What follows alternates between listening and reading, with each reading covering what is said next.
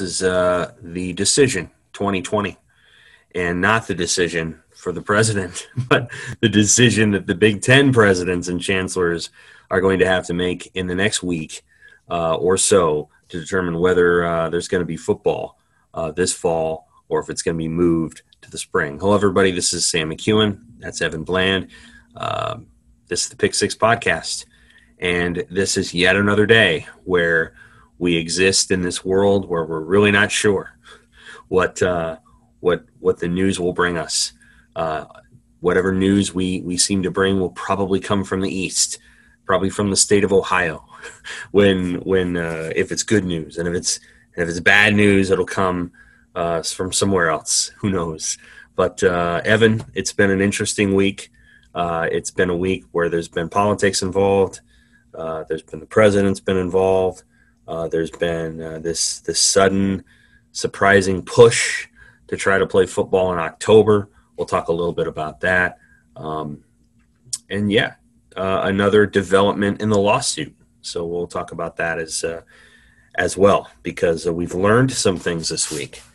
It's Friday, but it feels like it's, the news is, things move so fast that Trump getting involved seems a week old, and the 11-3 vote information seems 10 days old. Like it just seems like an odd and interesting time to be covering the Big Ten. And even though I wish we were watching football this weekend, Big Ten football, it's nevertheless been an interesting process to watch, because it's sort of a conversion of sports and culture and politics and media and all these other things. And so, Evan, I guess what I would ask you is at this moment, kind of where's your head, and like what interests you most? What's most intriguing as we talk on a Friday morning? Yeah, you're right. I mean, you can go 100 different directions. This particular day, on this Friday, September 4th, I'm thinking, man, this should be in the rhythm of a regular season. This is that kind of quiet day before Nebraska was supposed to play Purdue tomorrow, and right, or Rutgers, depending on which alternate universe you want to go with. But man, that either one of those games were so, and I think you're writing about this, but both of those games are so compelling for their own reasons. It would have been fun to see what Jeff Brom had cooked up and how the Black Shirts might respond to that. It would have been fun to see if Noah Vedral was the guy for Rutgers. And, instead of talking about that, instead of talking about how the O-line came together, instead of talking about how the receiving core came together, we're talking about, politics. We're talking about medical protocols. We're talking about lawsuits. And it's not exactly the most life-giving thing. It is fascinating, I agree, to an extent, to see, as we've talked about, the power dynamics, how those have come into play within the Big Ten, within the national political realm, and just seeing how that's all come together. To me, it's still gonna be really fascinating these next few weeks as major college football ramps up around the Big Ten and the Pac-12. What does that dynamic look like? Does just some kind of peer pressure start setting in, or some even greater sense of urgency to return? We've had the development with the on-site testing for COVID that can turn that around within an hour or something like that. It's all been really fascinating to see how it goes.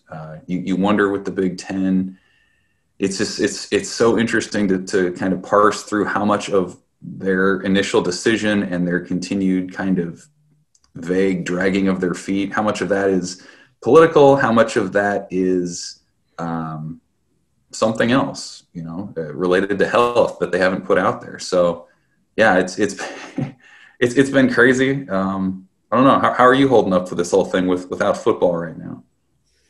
It's okay. I think certainly sometimes, especially when you work at home, which I am, and I think you largely are too, you just kind of lose time, right? Like you lose this sense of what you're doing day in and day out, and which day it is, and how much time has passed. And, you get sort of locked into reading something or looking at Twitter, or writing a story, and you look up and you're like, oh, it's September 4th. It's September 7th. It's September 10th. Time goes by so quickly in that sense. And, the NFL is going to be back next week, and it doesn't even feel like that, and my wife's really excited about it because she loves the NFL more than she likes college. And so she's super pumped for the NFL to start. And, the NFL has actually gone along very quietly. You haven't heard a lot about it.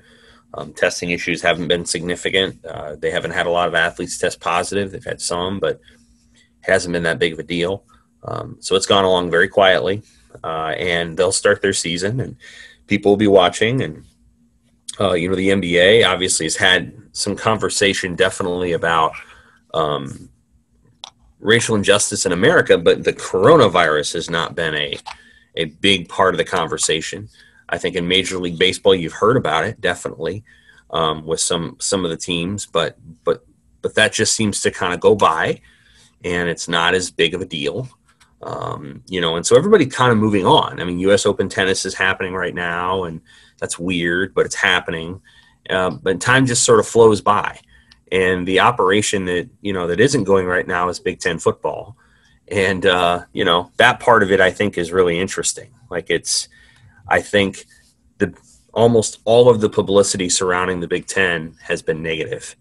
And, until there's some sort of resolution to this issue of a clear split in the league, I just don't know how it's going to turn positive. I want to remind everybody before we get too far into it that our sponsor is Team Schwalbach. The Schwalbach Agency is a family-owned all-state insurance agency with licensed insurance pros, saving thousands of Nebraska Husker fans money. They sell homeowner, auto, life, and flood insurance across Nebraska.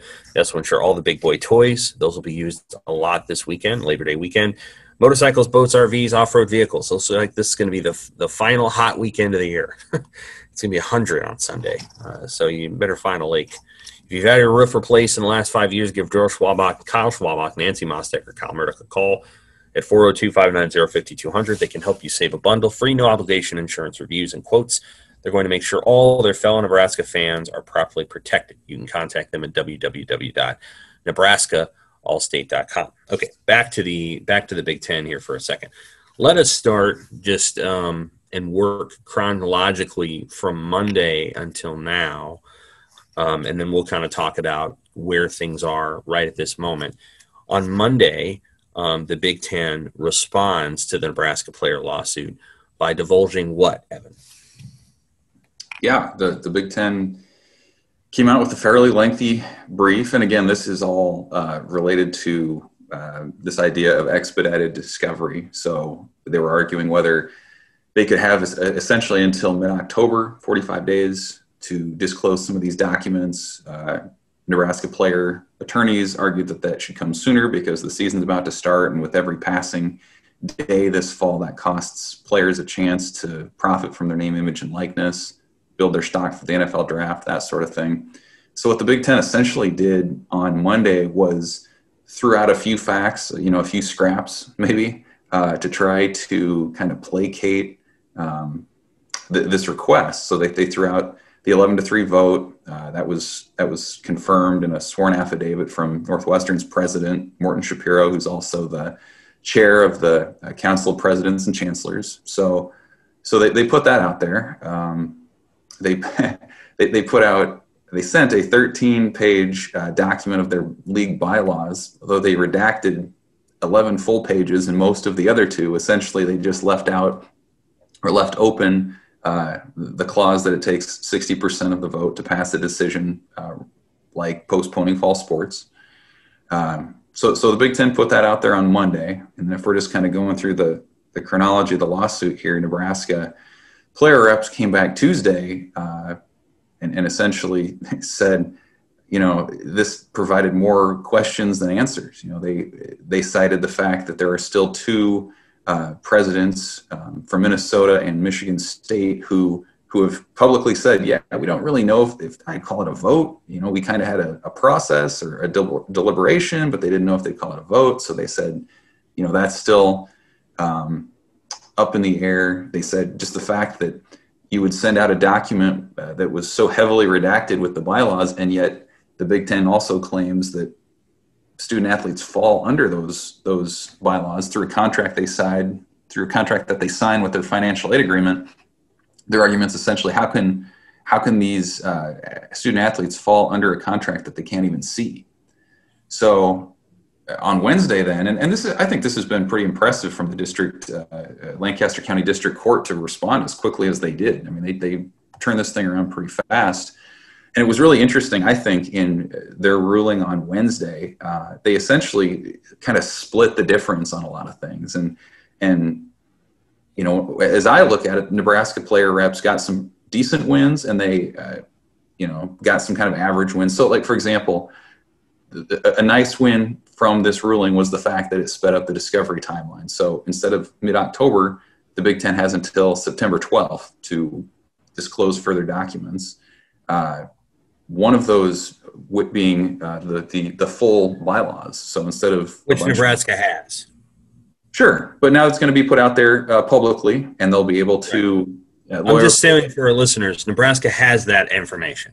The players can know the bylaws because Nebraska possesses it. They know. Go ahead. Anyway, yes, but from an attorney perspective and from a case perspective, they believe that this could open up different avenues to pursue as the case goes on. They also were awarded or granted disclosure for what the vote was, and that's more from a Big Ten entity perspective as opposed to just a sworn affidavit from one individual. So they're going to make the Big Ten as a conference confirm what that vote was, as opposed to, again, just one person. One thing they didn't rule or they didn't allow to happen was how each school specifically voted. And that's not that big of a deal, right? Because that's pretty well out there right now. We know that it was Nebraska, Iowa, and Ohio State that were the dissenting votes in that. And then I think the thing that they were most disappointed that they didn't get ruled in their favor was the medical documents. From July 1st until August 12th, the day after the decision, they really felt like if they could see those documents, they could start poking holes kind of in the logic there, especially from the argument that science and understanding has updated pretty significantly in the last 3 weeks. So they won't be able to see that.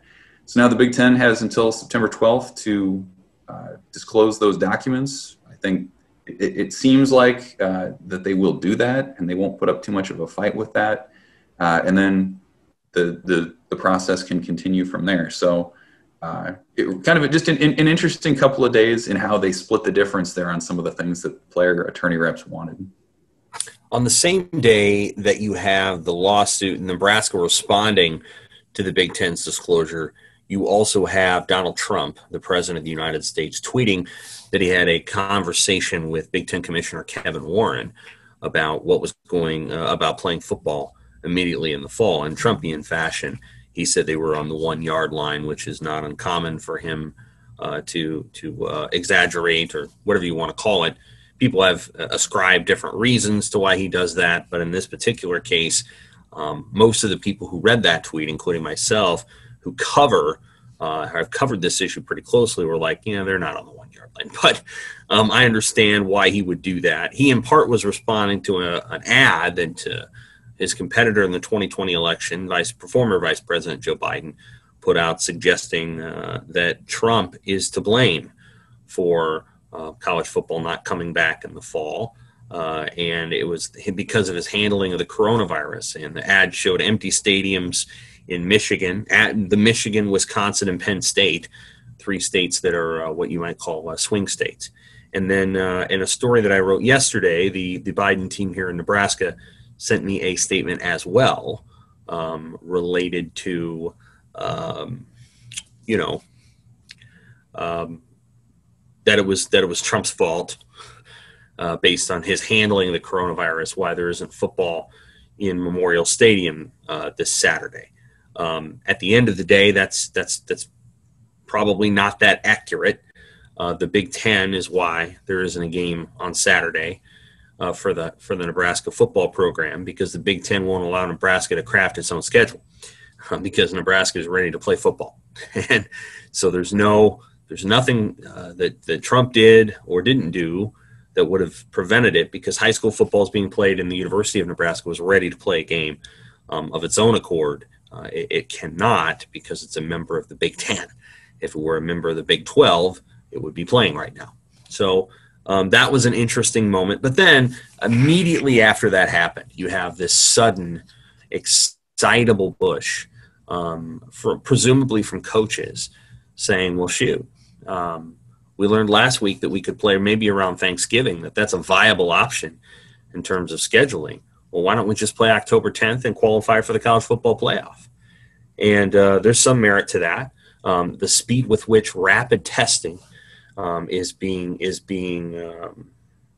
developed is there. The Pac-12 obviously announced a deal with Quidel, I think is how you say it, and their Sophia 2 rapid testing machine. The important thing to understand about these machines is that you can do on-site testing, right? So even right now, if you want to go get a coronavirus test and you want the results in 20 to 30 minutes, technically you can do that. You got to pay for it.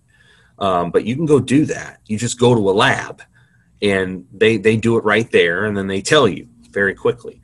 The issue isn't the speed with which the PCR tests can be conducted. It's the fact that you have to send them to a lab in order to do them. And the lab will either take its sweet own time or you give them $80 and they will do it quickly.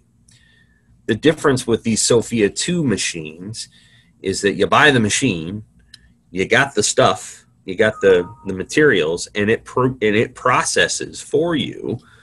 You buy the materials, it processes for you the tests.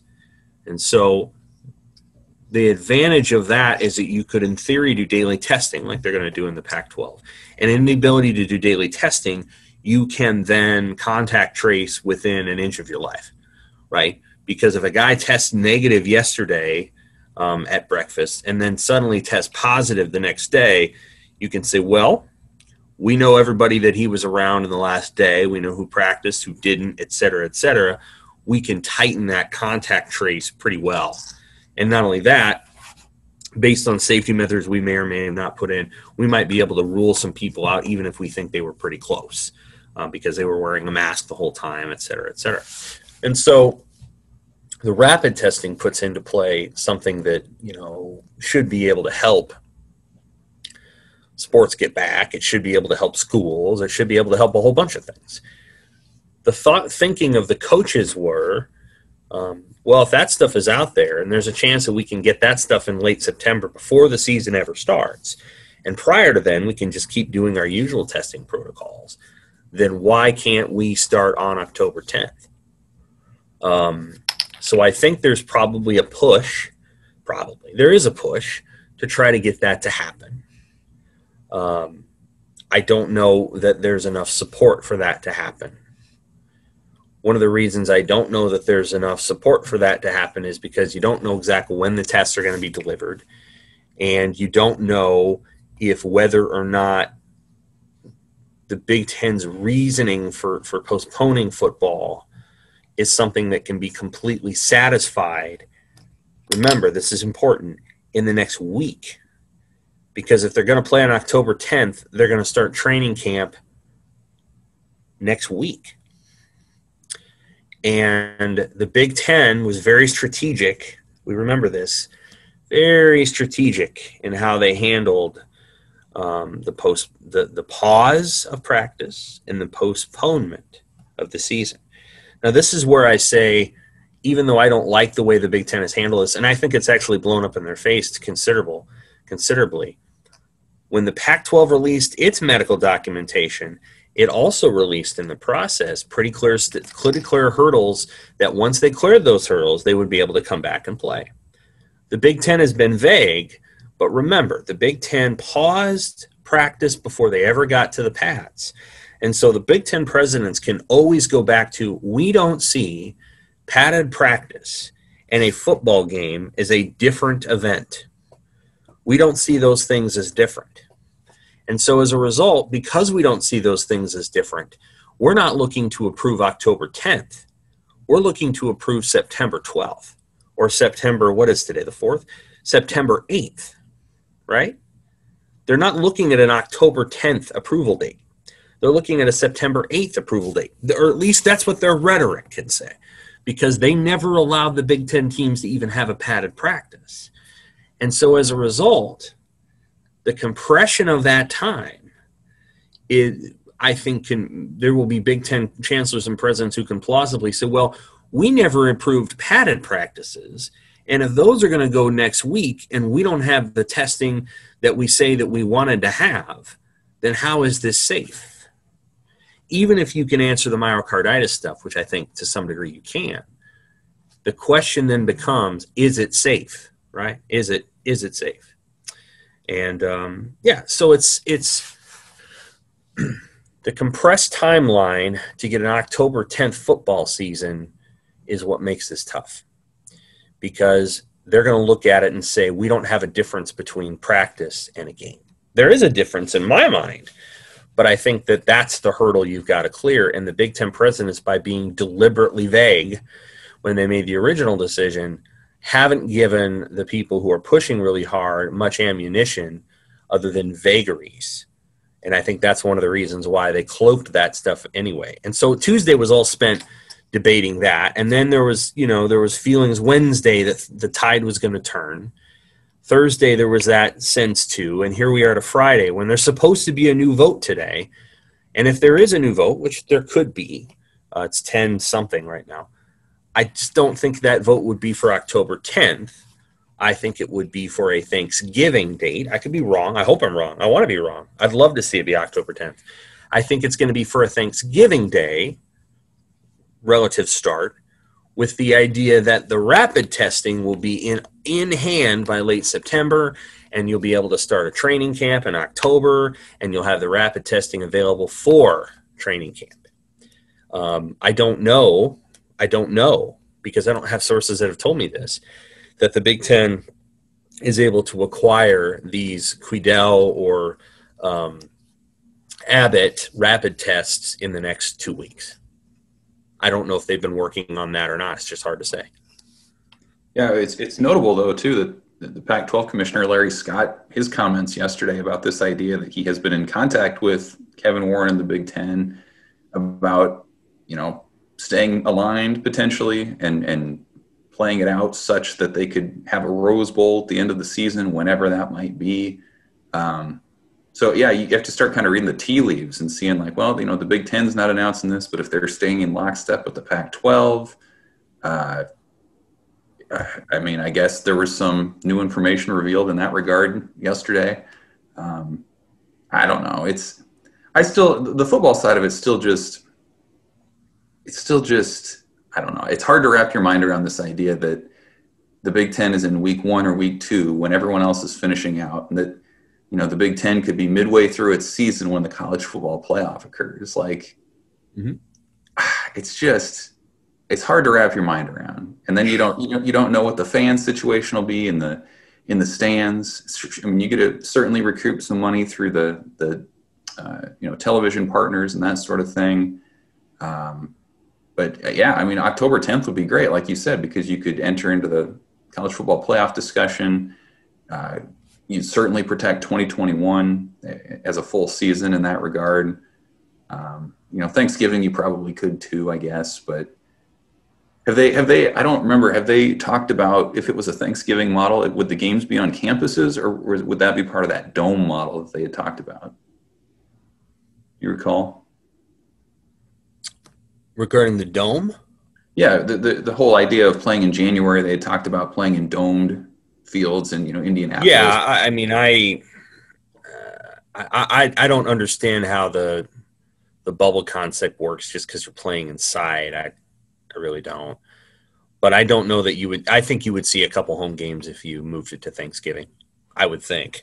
I guess I don't know that for sure, but that would be my presumption that you would see a home game or two. I don't know that you'd have an entire domed environment. And I don't really understand the domed concept. It's not a bubble. It's not even a semi-bubble. I think it's more a nod to the weather being cold and snowy. Oh, yeah. Yeah, oh, yeah. I just don't think it had anything to do with the COVID. No. COVID doesn't drift on the winds. I don't know. I mean, if there's one thing that we do know about this process is it's safer. Like there's churches, our church is going to have an outside service here pretty soon. There's churches having outside services because it's safer to be outside than it is to be in an enclosed space. So I don't know what I suppose you could say, well, we've got an air filtration system in here that, makes sure that filters the bad air out. But I don't know if the virus is, skipping on the winds or something. It's hard for me to say. Like, I don't want to be rude, but they're going to be playing the stinking football games outside. Here they did last night with Southern Miss and South Alabama. So I don't know what the domed property thing is other than the weather.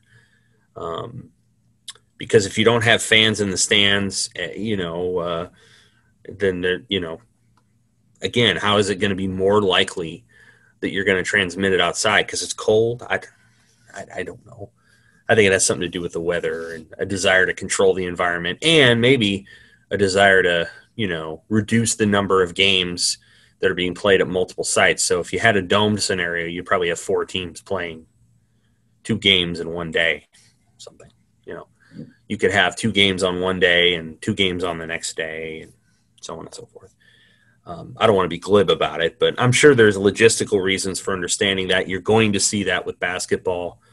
I'm pretty confident that that's probably, going to happen. So, and then there's going to be a lot of teams playing in the spring because they have to. I mean, I don't think the MAC and the Mountain West, I don't think they're playing this fall. I don't think they're playing Thanksgiving. I don't think the FCS is playing around now. I think they're going to be moving to spring. So,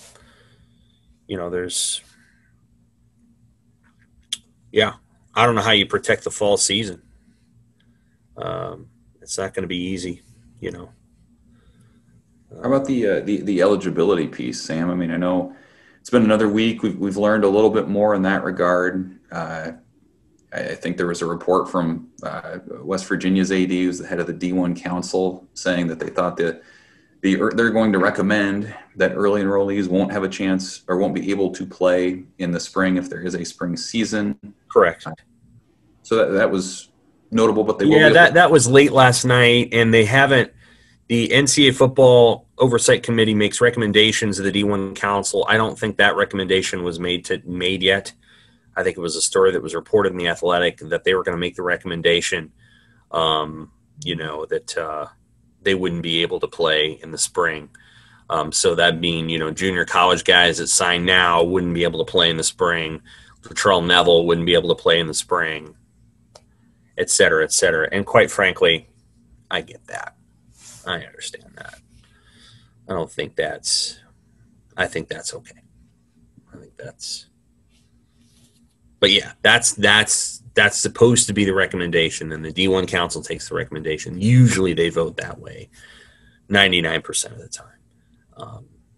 But that doesn't surprise me. Like I anticipated that would be the case. And the junior college thing would be trickier because you could say, well, they're not playing this fall, so maybe the kids should be able to play right away. But the mid-year high school enrollees, it's hard for me to make a case for those kids playing.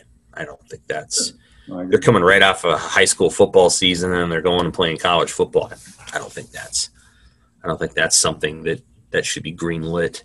So I don't think it's going to be.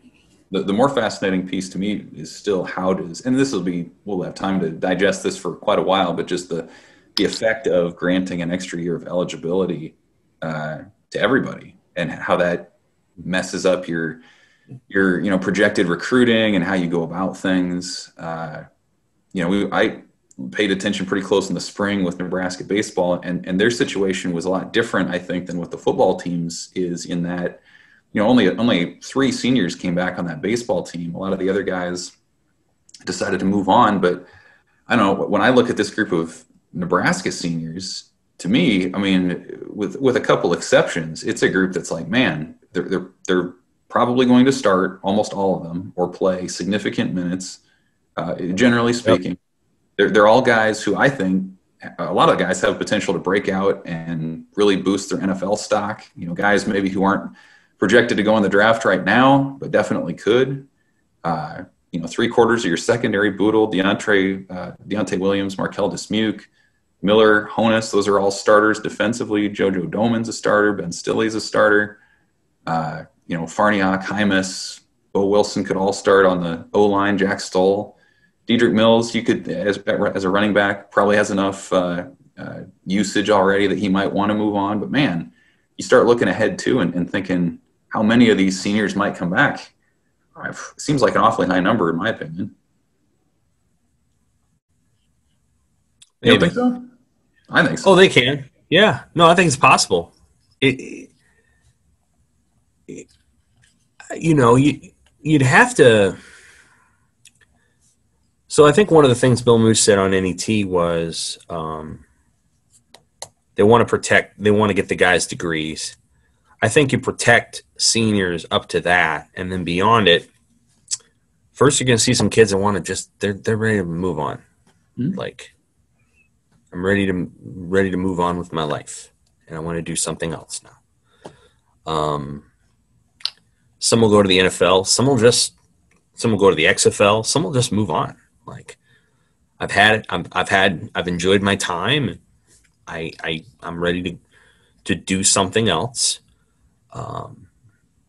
I think in our minds, as reporters are like, in this way, we're like fans. We kind of play it as a virtual GM, and like we try to think, well, you can make these numbers figure out, and et cetera, and you get the allotment. So the scholarship allotment is such next year where a lot of these guys can all come back without penalty. But I don't know how many would. I would be a couple, maybe. I think a lot of them will have graduated.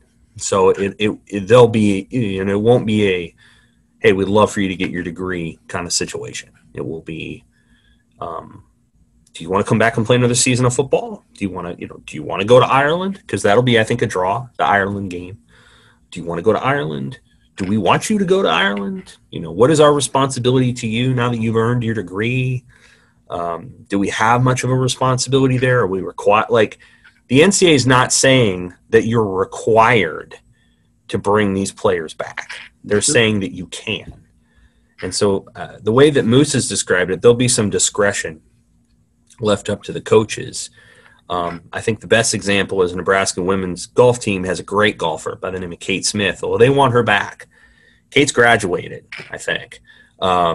Kate's done. I mean, but they want her back, and Kate wants to go back because I think she feels like the new coach, Lisa Johnson, has taught her some things.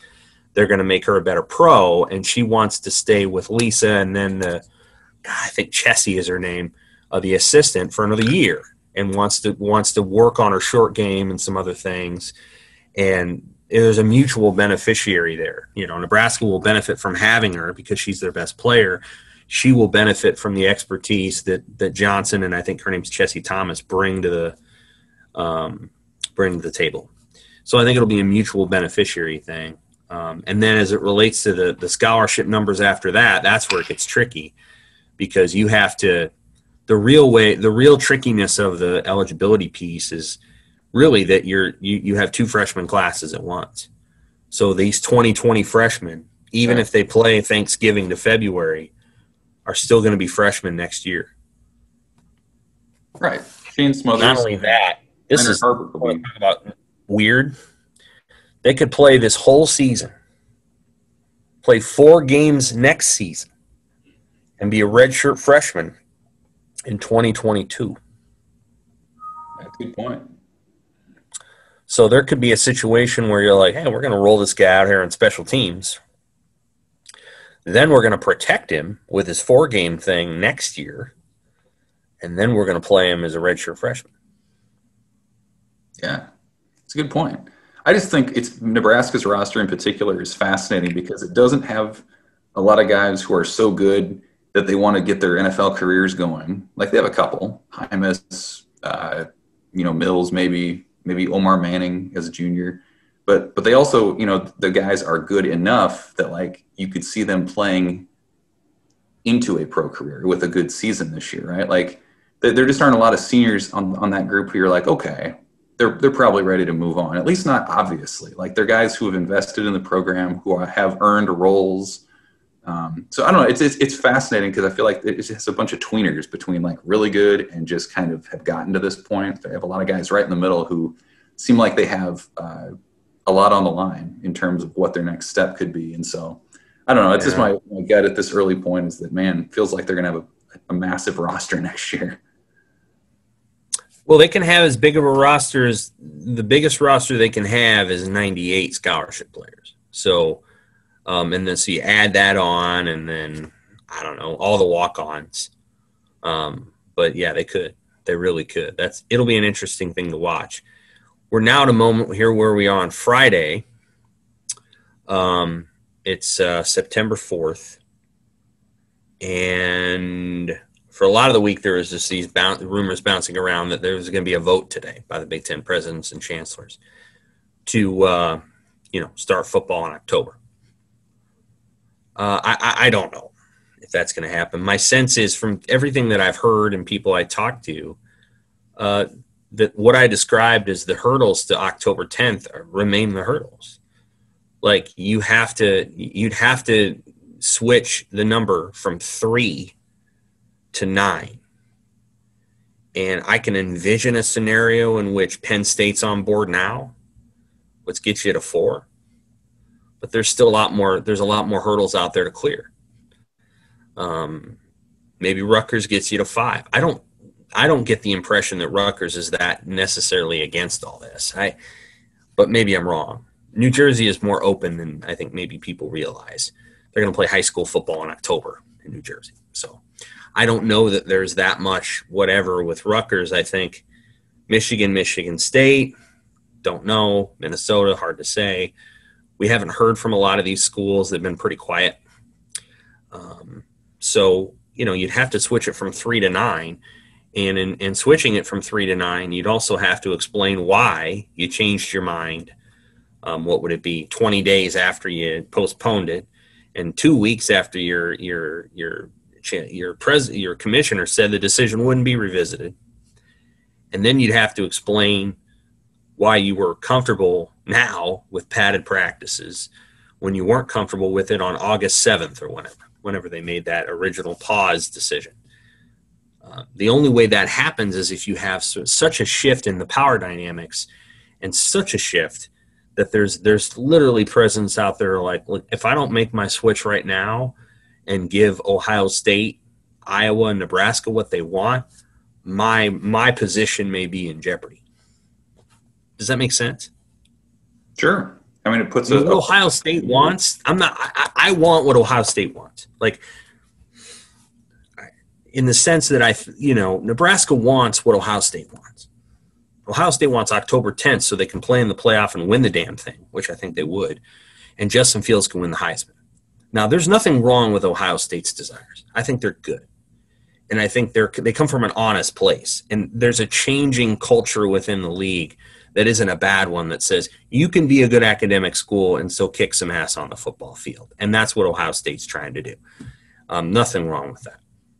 But I don't think there's necessarily – Nebraska's on board with that. Nebraska's on board with football for all of the cultural and, emotional and financial reasons. They love football, and Nebraska's on board.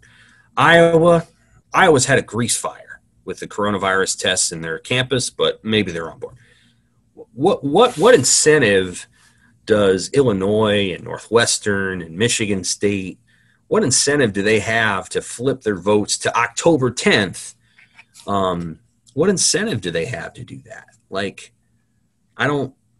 They can easily say, hey, let's do this at Thanksgiving and let's have a schedule concurrent with the Pac-12. Let's play our 10 games and then we'll have a championship game. And then the winners will play the Rose Bowl and we can play the Rose Bowl. And I just don't envision Big Ten presidents saying, moving off of that, because they can make the argument that says, hey, look, we'll get our rapid testing in late September, early October. Camp starts in late October. Season starts in Thanksgiving. We feel good about the testing protocol, et cetera, et cetera, et cetera. I don't know why other teams why other schools would say, and I'm not saying I agree with them. I'm just saying, why would other schools say, we got to make sure that Ohio State is made whole in this process. The team that benefits the most by playing October 10th is Ohio State. Sure. Oh, yeah. And I just don't know if these other schools feel like now financially it would help because, you'd be able to maybe get some fans in your stands, although not that many. But I'm just not sure how other schools like that feel. Illinois, Purdue, Northwestern. I'm not saying they don't want to play, but now that there's a clear path to these rapid tests being in their hands by maybe September or October, I think they could probably just say, hey, let's just start a camp in October and let's play the football games in November.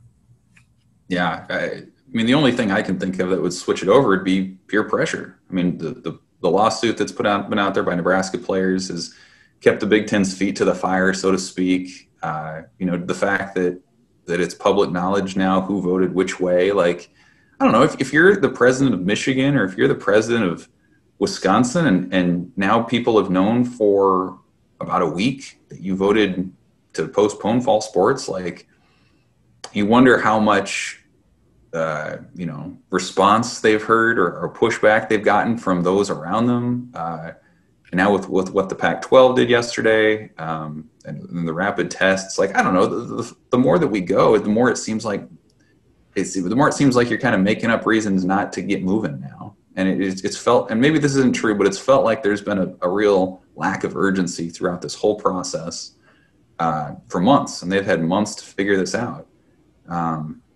So that to me would be the only thing is like, man, these guys, these presidents and chancellors, people have known now for a number of days how they've voted. Be interesting to know what that experience has been like for them and if that would at all impact a potential vote today. It might. Maybe. And I'm not saying there aren't people who'd be willing to flip their votes to October 10th. I'm just trying to present the parameters, like the thinking that goes into making that decision. And it's just, because coaches were like, what's the difference between October 10th and November 25th? The opposite argument is, well, what's the difference between October 10th and November 25th as it relates to anything other than Ohio State's desire to play for a national title?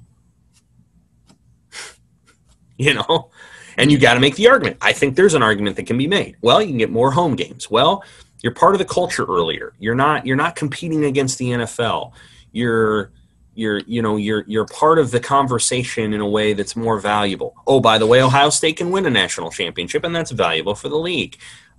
So there's arguments on either side, but the presidents can easily come back and say, well, why don't we just do this at Thanksgiving? Why do we got to do it October 10th if only a handful of schools care about what Ohio State cares about? Because Nebraska is not Ohio State. Nebraska wants this because they want it, because they believe in it. They think it's the right thing to do. They think that it matters in the community. Ohio State wants this for some of those reasons, but also because they're really freaking good. And they know that they're going to lose. And if they get to start this thing in November, the CFP is going to shut them out. They're going to slam the door on them. Well, I mean, it's like if it was 94 Nebraska.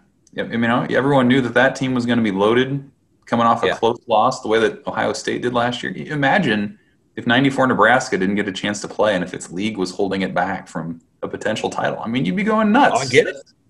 That's what's going on in Columbus. Amen. And when it came time to allow partial qualifiers, the rest of the Big 12 said, screw Nebraska.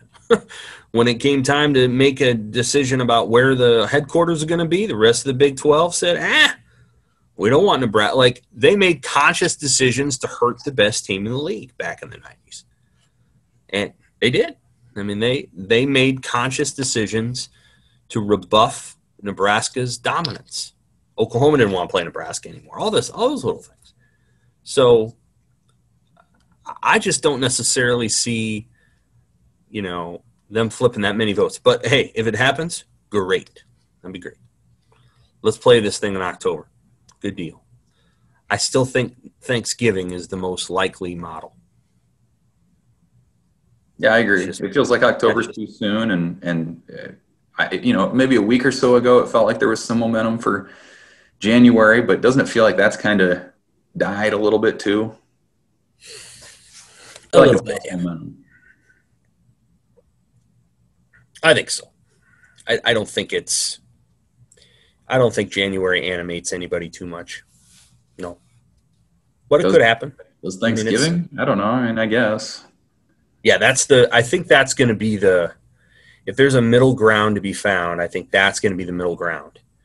Is that on Thanksgiving weekend, you're going to have the rivalry games. You're coming back with a bang. Ohio State, Michigan, right off the jump. That kind of thing. Maybe not. Maybe they'd move the rivalry games later, like in January, February. But, hey, this way you can play a couple of home games. Isn't this cool? But we'll just have to see. The presidents and Warren maneuvered this in such a way that they had the upper hand for a long time. And then I think the dynamics have shifted a little bit. And, the coaches and ADs got a little bit back. But I think it's probably going to end up somewhere in the middle. And Thanksgiving is probably an option. It's not the best. It's not the worst. It's probably where basketball is going to end up. Looks like the basketball is going to make a recommendation on September 16th. I'm confident the NCAA will recommend, late November, basically the same week. And if the NCAA is trying to play basketball games in late November, you can play football games in late November too. And, the NCAA, I think, again, the bubble thing, I understand what they mean by that. It's indoors. It's not an actual bubble, but, they can do things that make it as safe as possible. You'd have hubs where teams would come and play. They'd probably play 2 games in a weekend, and so on and so forth. But we'll end this with the commentary about we'll talk about Fred Hoiberg another time. I want to talk quickly about recruiting. Nebraska may get a commit tonight from a New Jersey linebacker who looks pretty good. Irvington, New Jersey high school linebacker Makai Bayer. You pronounce his name Bayer. It's Gbayaor, but the G is silent. So it's Bayer.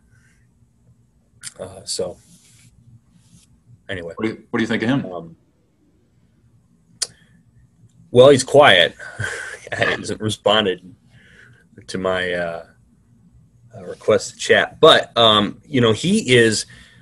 be an example of a guy who's ready to play pretty quickly. So you look at the other linebackers in their class, Patrick Payton, Seth Malcolm, and Randolph Kapai. I think all 3 of those guys that have to come in for a year, bone up, get some weight on them. Payton's got a lot of talent, a Randy Gregory-esque physique, but probably needs to gain weight. Kapai definitely needs to gain weight. I think he's going to be a guy that, puts on 50, 60, 70 pounds. And then, 50. Because I think Kapai is somewhere around 190, maybe 195. And so he's probably going to end up playing at 235, 240. And then Malcolm, I'm going to go try to watch him play this fall, but my sense is Malcolm needs to put on 30, 40 pounds too. This kid doesn't.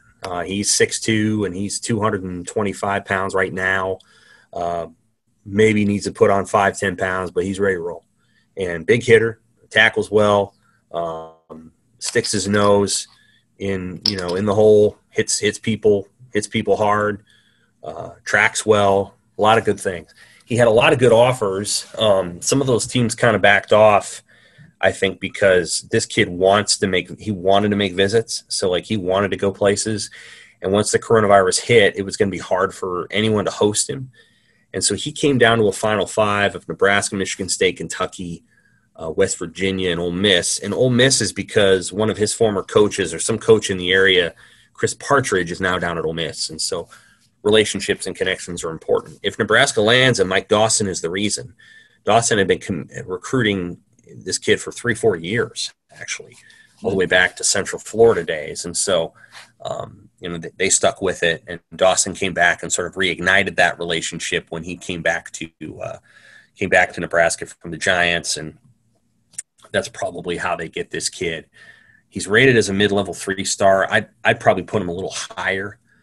For example, you watch his tape, he looks like a better player right now than Randolph Kapai, for example. And he plays a much, much higher caliber of opponent. He plays in a good New Jersey league.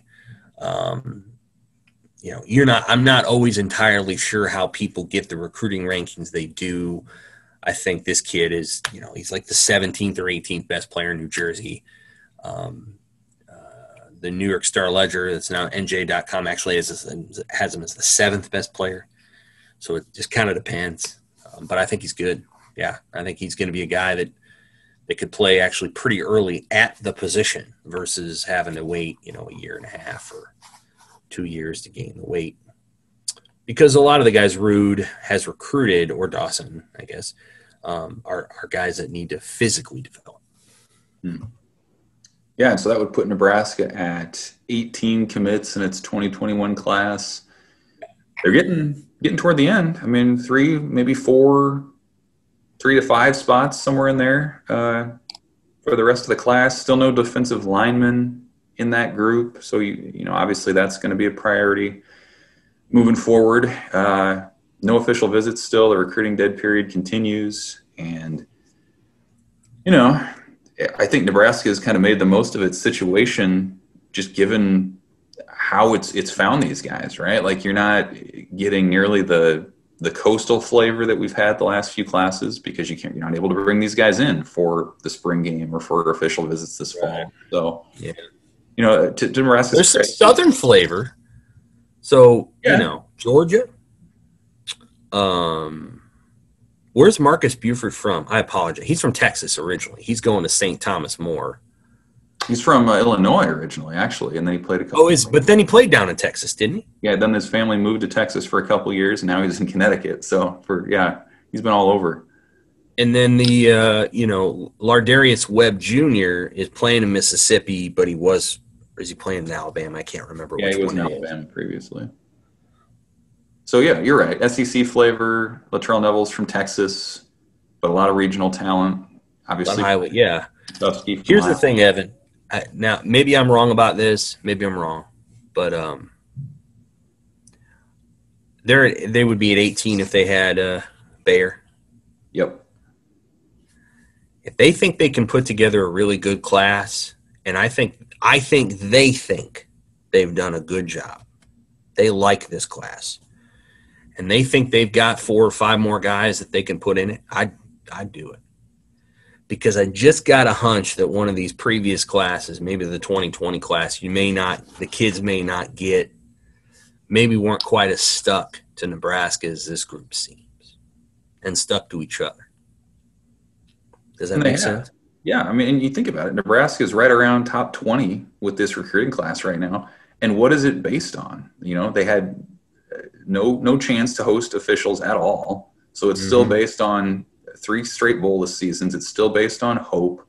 Obviously, we've talked about the peer recruiting, and that's been a big thing. Like you said, it has. The relationships are a big deal, but it's a really interesting class because you can't give it like a strong reason for why it's as good as it is on paper. Like, again, Nebraska hasn't wooed these guys in person.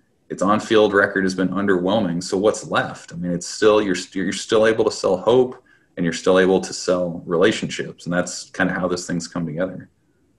It's been a good year in the Midwest, I think, is part of it, and 2022 is too. Iowa, I think the state of Iowa has 18 Power 5 prospects, which is like double what they normally have. Maybe it's more than 18. So being able to pick off 2 guys that I really like, in Fedoni and Lutovsky, Kapai from South Dakota. And then I think you've gotten, within the state of Nebraska, a couple of really nice players. Missed out on a Keegan Johnson, who I think would have been good, but I think they've gotten good receivers otherwise. And then there's this James Carney kid out of Norris that I think you might offer it. And you just bring him in. You say, all right, we got 3 tight ends. We know one of them is going to be a tight end. Fedoni's a tight end. He's a receiver. And then you figure out what you do with Rollins and Carney. And then you got Kobe Brett, and he could play a couple of different positions. And then Prohaska is going to need a year or 2 because that just takes time with the weight. And then Harburg, who needs time. I like him. I like what he can do. I think he's more of a thrower than maybe a runner, but he's got nice size, and he's got a decent arm and all that. So, I just got the sense that this class feels to me a little bit more like the 2019 group that they love a lot.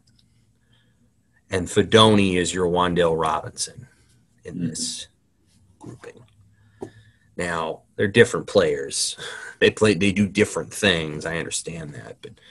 But Wan'Dale's an all-day, let's play kind of guy, and so is Fedoni.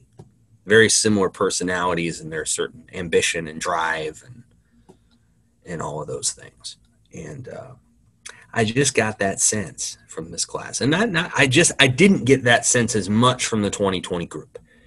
The sense I got more from the 2020 group was maybe there was a few guys they wanted. They didn't quite hit on them. And then late in the process, they're going after JUCO guys that they need in order to plug their defense up a little bit.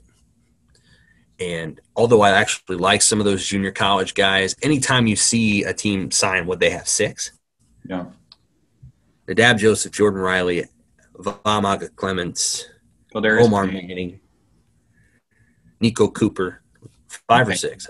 There is Payne too. Yep. Payne. Anytime you have that many, that usually indicates maybe there was a guy or two out there that you didn't land. Now, Omar Manning was an exception to the rule. They wanted him from the very beginning. But a lot of the guys I just mentioned, 5 of them, actually, the other 5 other than Omar Manning, were added late. Joseph was added in August, and he's kind of a bonus guy because they weren't sure he'd be available. But the other 4 guys, all of whom are on defense, were added in December. So I just got the sense that maybe they didn't hit on all of their targets. Maybe they haven't gotten everybody they've wanted in this cycle, especially on the defensive line. But if they get Bayer, they get John House IV out of Tennessee, that's 19. They get Ruquan Buckley, that's 20. Mm-hmm.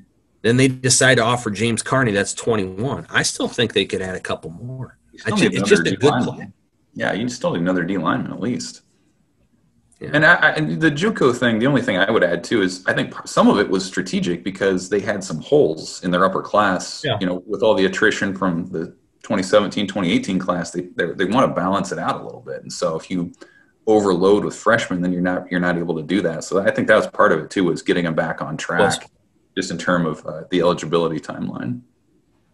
It is now with this, but now with this thing with the eligibility, in theory they get Nadab Joseph for 4 years.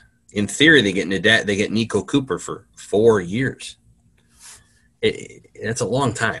I just don't know that those guys will be. I don't want to. They may be great players, but it just changes the conversation and dynamic. I think you load up on 2021 and be aggressive, and get as many good players as you can, and then you figure it out after. And if you got to have hard conversations, you have those hard conversations when the time comes. Because a lot of these kids in the program will have a degree in hand by next May. They will. I think the number right now is 9. 9 current Huskers have already graduated and have degrees.